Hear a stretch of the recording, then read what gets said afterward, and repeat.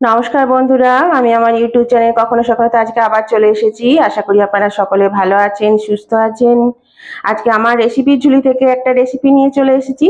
আজকে আমি আপনাদেরকে দেখাবো আলু পোস্ত। আজকে যে আলু পোস্ত দেখাবো আপনারা হয়তো অনেকেই জানেন না বা অনেকেই জানেন, খেয়েছেন। আর এটা টেস্ট একটু অন্যরকম খেতে লাগে, খুবই সুন্দর লাগে খেতে। আর সবাই আমরা আলু পোস্ত খাই, কিন্তু এটা আমি কিভাবে করব সেটাই দেখাচ্ছি। তো এখানে দেখুন আমি আলু নিয়ে নিয়েছি আমার পরিমাণ মতো। এখানে এরকম সাইজের যদি আলু নেন গোটা গোটা, তাহলে পরে এরকম সাইজের নেবেন, তাহলে সুবিধা হয়। আর বেশ বড় বড় ছিল, সেই জন্য আমি এগুলোকে কেটে নিয়েছি এরকম পিস করে, বড় করে। তো এই আলুগুলো আমি এই দেখুন এখানে ভাত বসিয়ে দিয়েছি, ভাত ফুটছে। এই ভাতের মধ্যে সিদ্ধ দেব, ভাতের মধ্যে সিদ্ধ দিয়ে দেবো। আর আলুগুলো কতগুলো আলু দিচ্ছে সেটা একটু গুনে দেবেন, তাহলে ভাতে থেকে তুলতে সুবিধা হবে পিসগুলো। তো এখানে আমি আলুগুলো সিদ্ধ বসিয়ে দিচ্ছি ভাতের মধ্যে। ভাতও হবে, ভাতের সঙ্গে আলুটাও সেদ্ধ হবে। আর এই আলুর টেস্টটা কিন্তু অসাধারণ হয়, খুব সুন্দর একটা টেস্ট হয়। সেই জন্য আজকে আমি আপনাদেরকে এইভাবে শেয়ার করছি এই আলু পোস্তটা। এটা খেতে খুবই ভালো লাগে।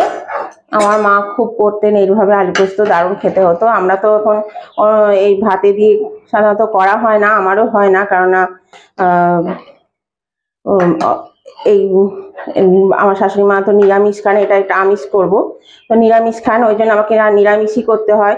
তো এইভাবে আর করে এঁঠোকাটা করি না, আমি ভাতে দিয়ে এঁঠোক না করে আমি এমনি প্লেন ভাবেই করি। তো দেখুন এবার আমি এটা আবার ঢাকা দিয়ে দিচ্ছি, তাহলে আলুগুলো সিদ্ধ হোক, তারপর আমি আবার আপনাদের দেখাবো।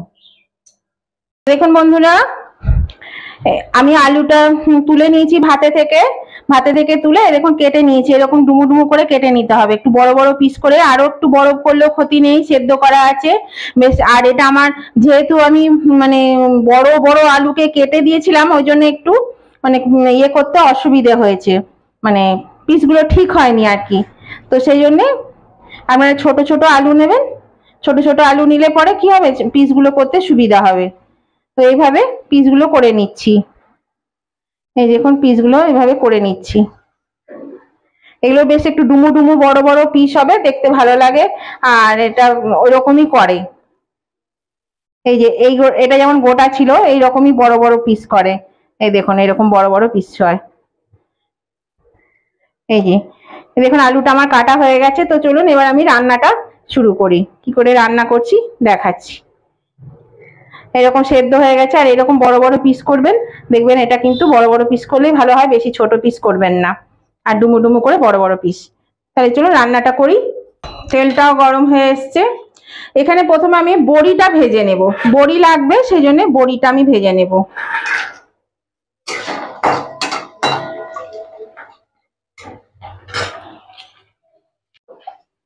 এই দেখুন আমি বড়িটা ভেজে তুলে নিলাম। এই দেখুন বন্ধুরা, আমি ফোড়নে 3 টুকরো শুকনো লঙ্কা, 3 টুকরো তেজপাতার হাফ চামচ 5 ফোড়ন দিয়ে দিচ্ছি। এখানে 5 ফোড়নের বদলে কালো জিরেও দিতে পারেন। এবার যেটা লাগবে সেটা হচ্ছে পেঁয়াজ কুচি। এখানে আমি পেঁয়াজ কুচি করে নিয়েছি, মাঝারি সাইজের 3টে।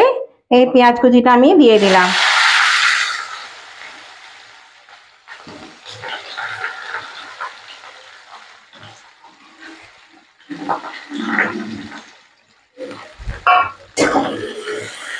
পেঁয়াজটা একটু হালকা করে ভেজে নেব।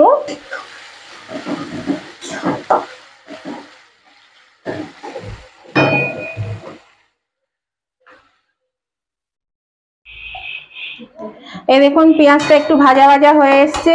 এর মধ্যে আমি 3টে মিডিয়াম সাইজের টমেটো কেটে রেখেছি লম্বা লম্বা করে, টমেটোটা দিয়ে দিলাম।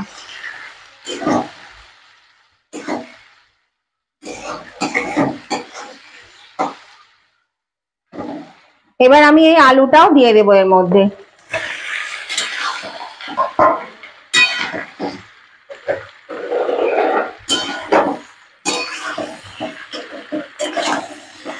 এবার এটা আমি ভেজে নেব।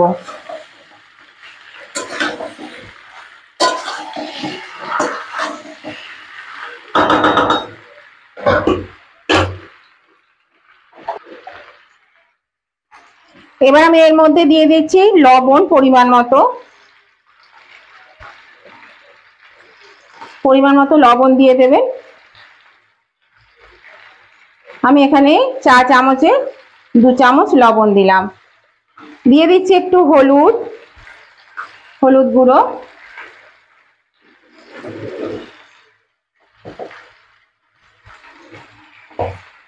এবার আমি এটা আবার ভেজে নিচ্ছি।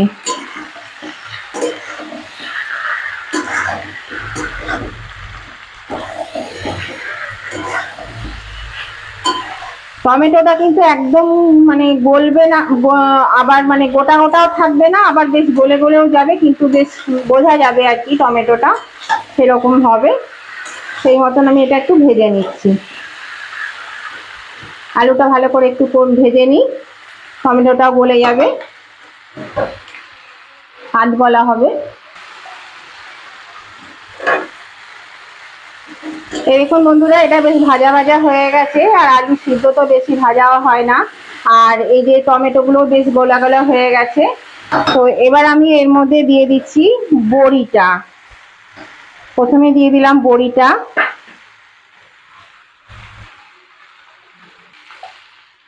এবার দিয়ে দিচ্ছি একটু ঝাল অনুযায়ী লঙ্কা বাটা। এখানে আমি পোস্ত বেটে নিয়েছি, এই পরিমাণ মতো পোস্তটা দিয়ে দিচ্ছি।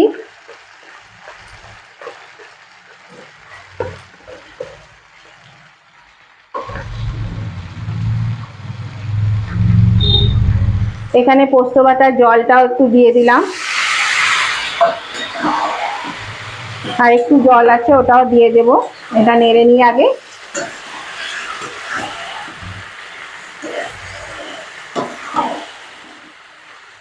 এই আলু পোস্তটা খেতে কিন্তু সত্যি অসাধারণ হয়। যদি না খেয়ে থাকেন তাহলে কিন্তু একবার হলেও খেয়ে দেখবেন, খুব ভালো লাগবে খেতে, দারুণ টেস্ট লাগে। আমরা তো আলু পোস্ত খাই, কিন্তু এইভাবে যদি না খেয়ে থাকেন তাহলে কিন্তু একবার হলেও করে খেয়ে দেখবেন। আর নতুন বন্ধু যারা এখনো আমার চ্যানেলটা সাবস্ক্রাইব করেনি, অথচ আমার ভিডিওগুলো আপনারা দেখেন রেগুলার, তো তাদেরকে বলছি, অনুরোধ করছি, অবশ্যই কিন্তু আমার চ্যানেলটা সাবস্ক্রাইব করে আমার পাশে থাকবেন, আর আমার পরিবারের একজন সদস্য হয়ে যান, আমার বন্ধু হয়ে যান। তাহলে যখনই আমি ভিডিও আপলোড করব, পাশে থাকা বেলটাকে ক্লিক করে দেবেন, তাহলে পরে সাথে সাথে নোটিফিকেশন আপনাদের মোবাইলে পৌঁছে যাবে, আর সবার আগে আমার ভিডিও আপনারা দেখতে পাবেন। আর উভয় বন্ধুদেরকেই বলছি, আজকের এই রেসিপিটা যদি আপনাদের পছন্দ হয়ে থাকে তাহলে অবশ্যই কিন্তু একটা ভিডিওটা দেখতে দেখতে টুক করে লাইকটা করতে ভুলবেন না, লাইক করে দেবেন। আর আপনাদের বন্ধু বান্ধব আত্মীয় স্বজন যাতে সকলেই পেয়ে যায়, তার জন্য কি করতে হবে, প্রচুর পরিমাণে শেয়ার করে দিতে হবে, প্রচুর পরিমাণে শেয়ার করে দেবেন। আর কেমন লাগলো আজকের ভিডিওটা সেটা জানাতে কমেন্ট করতে কিন্তু একদম ভুলবেন না।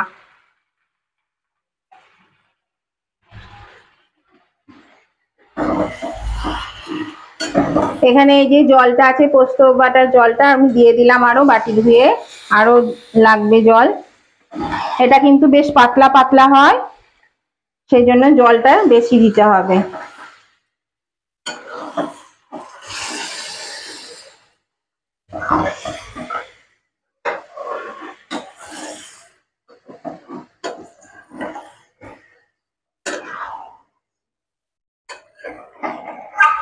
এই আলু পোস্ত ঝোল ঝোল টাইপের হবে, পাতলা পাতলা।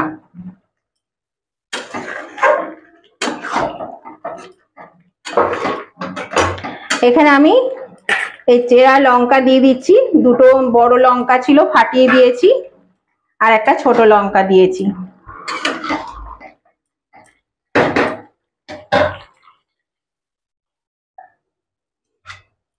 এই দেখুন বন্ধুরা, আমি জল দিয়ে দিয়েছি, বললাম এটা ঝোল ঝোল হয়, সেই জন্য জলটা বেশি দিতে হবে। আর এই জলটা তো থাকবেও না, টেনে নেবে, যখনই ঠান্ডা হবে তখনই টেনে নেবে। তো সেই জন্য কিন্তু আমার দেখুন অনেকটাই জল দিয়ে আমি এটা কড়াটা ভর্তি করে দিয়েছি। আর আলুগুলো দেখুন এইরকম হবে, আর এটা এবার ফুটবে। আর পোস্তটা দিয়ে কিন্তু বেশি ভাজবেন না, বা একদমই না ভাজলেও হবে, শুধু আলুটা ভেজে পোস্ত দিয়ে জল ঢেলে দিলেও হবে। আমি কিন্তু বেশি ভাজিনি, একটু নাড়াচাড়া করেই আপনারা দেখলেন আমি দিয়ে দিয়েছি জলটা। এবার এটা মিনিট 5-7 আমি ফুটতে দেব, সেই জন্য ঢাকা দিয়ে দিলাম, আঁচটা কমিয়ে দিচ্ছি, আঁচটা কমিয়ে আমি এটা মিনিট 5-7 ফুটতে দিচ্ছি।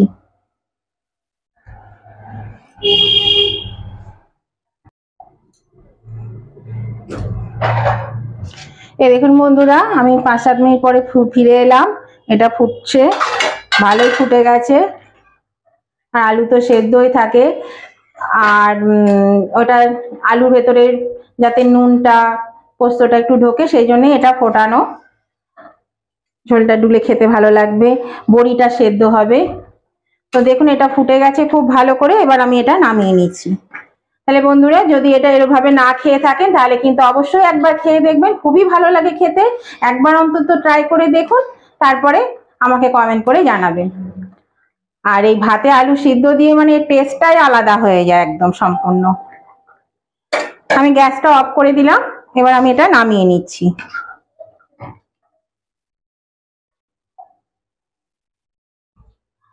এই দেখুন বন্ধুরা, আমি নামিয়ে নিয়েছি। দেখুন কি সুন্দর দেখতে লাগছে, কালারটাও খুব সুন্দর হয়েছে। আর যতটা দেখতে সুন্দর তার থেকে খেতেও খুব সুন্দর হয়। তো এইভাবে অবশ্যই করে খেয়ে দেখবেন, খুব ভালো লাগবে। আর নতুন বন্ধু যারা এখনো আমার চ্যানেলটা সাবস্ক্রাইব করেনি, অবশ্যই সাবস্ক্রাইব করে আমার পাশে থাকবেন, আমার পরিবারের একজন সদস্য হয়ে যাবেন। আর পাশে থাকা বেলটা অবশ্যই ক্লিক করে দেবেন, তাহলে আমি যখনই আমার ভিডিও আপলোড করব সাথে সাথেই নোটিফিকেশন আপনাদের মোবাইলে পৌঁছে যাবে। আর সবার আগে আমার রেসিপি আপনারা দেখতে পাবেন।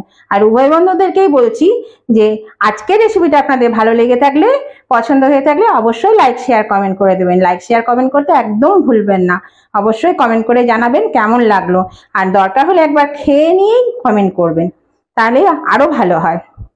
তাহলে আজকের মতো আমি ভিডিওটা এখানেই শেষ করছি। আবার নতুন ধরনের ভিডিও নিয়ে চলে আসবো আপনাদের কাছে। Tata, bye bye.